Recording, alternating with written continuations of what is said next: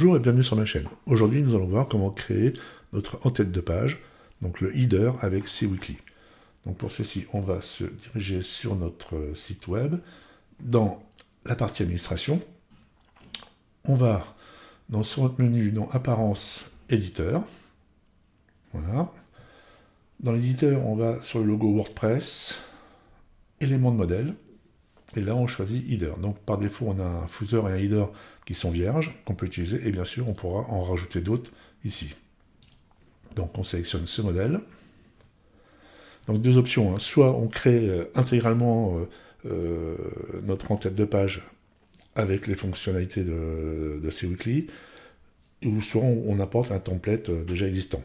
Donc, il faut savoir que je vous mettrai en description un lien d'un tuto SeaWeekly qui vous montre comment créer intégralement son en-tête de page. Moi, j'utilise ceux qui sont prédéfinis, je trouve qu'ils sont très bien. Donc, on clique sur navigation, et là, vous avez plusieurs modèles. Il suffit de regarder, on peut faire une prévue pour voir à quoi ça ressemble.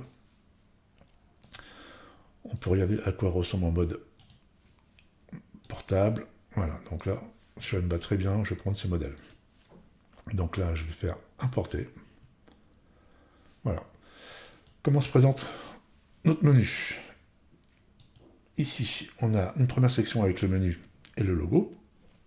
Donc, imbriqué dans des livres, avec l'image. Et là, on a une fenêtre modale qui, elle, va servir à l'ouverture pour les tablettes et les portables.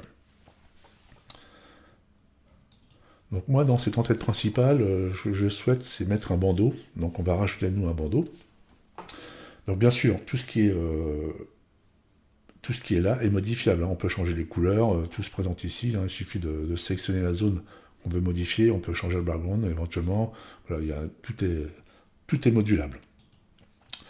Déjà, en premier temps, on va changer le logo. On va mettre le logo de la démo. Donc là, je vais le chercher, sélectionner, ouvrir, voilà. Et ici, on va mettre le logo. Alors, donc, toujours important dans les textes alternatifs de mettre, toujours faire un petit rappel, sélectionner. Donc là, moi, je sais qu'il est à 50.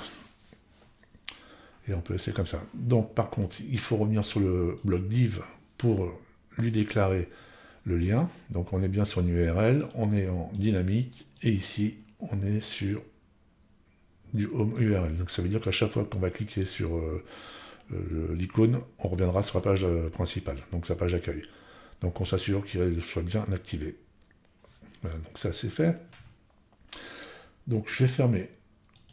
Je ne vais pas rentrer trop dans les détails, ça, on peut le découvrir au fur et à mesure. Je vais rajouter, moi, une section pour pouvoir mettre mon bandeau. Section, voilà, donc elle est en dessous.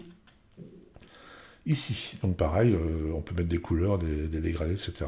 Nous, ce qui va nous intéresser, c'est principalement de mettre une image. Donc, on va chercher background, image, la petite loupe, et là, je vais téléverser une image. Je vais prendre celle-ci. Donc là, pareil, on met un petit rappel. Immobilier, puis le nom de la ville, enfin bon, on met ce qu'on veut. Enfin, ce qui est important, c'est de faire des rappels. Sélectionner.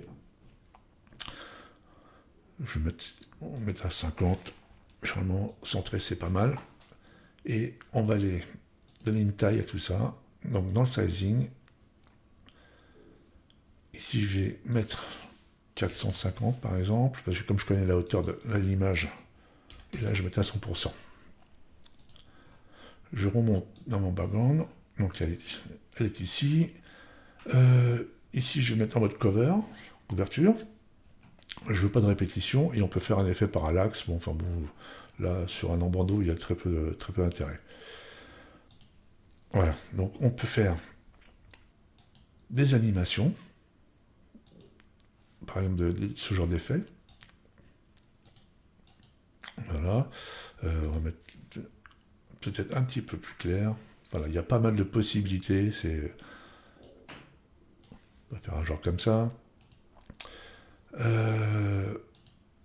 Des animations scroll, bon là, si on va faire un effet à l'arrivée avec une duration, donc là, comme mon bandeau va arriver, il va arriver en fondu. On va le laisser pour qu'on voie à quoi ça ressemble. Et on va mettre une bordure haute et basse pour donner un petit rappel sur le logo. Un outil intéressant à installer, c'est un color picker.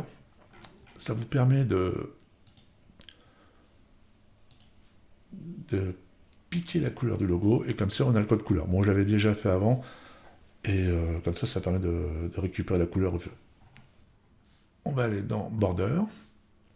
Je vais ici, donc là, j'ai ma couleur. Je veux du trait.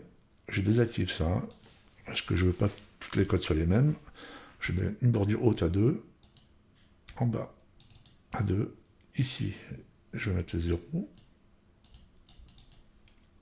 Ici, 0. Voilà. On enregistre.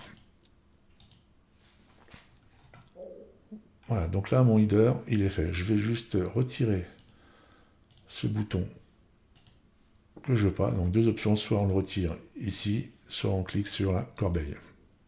OK.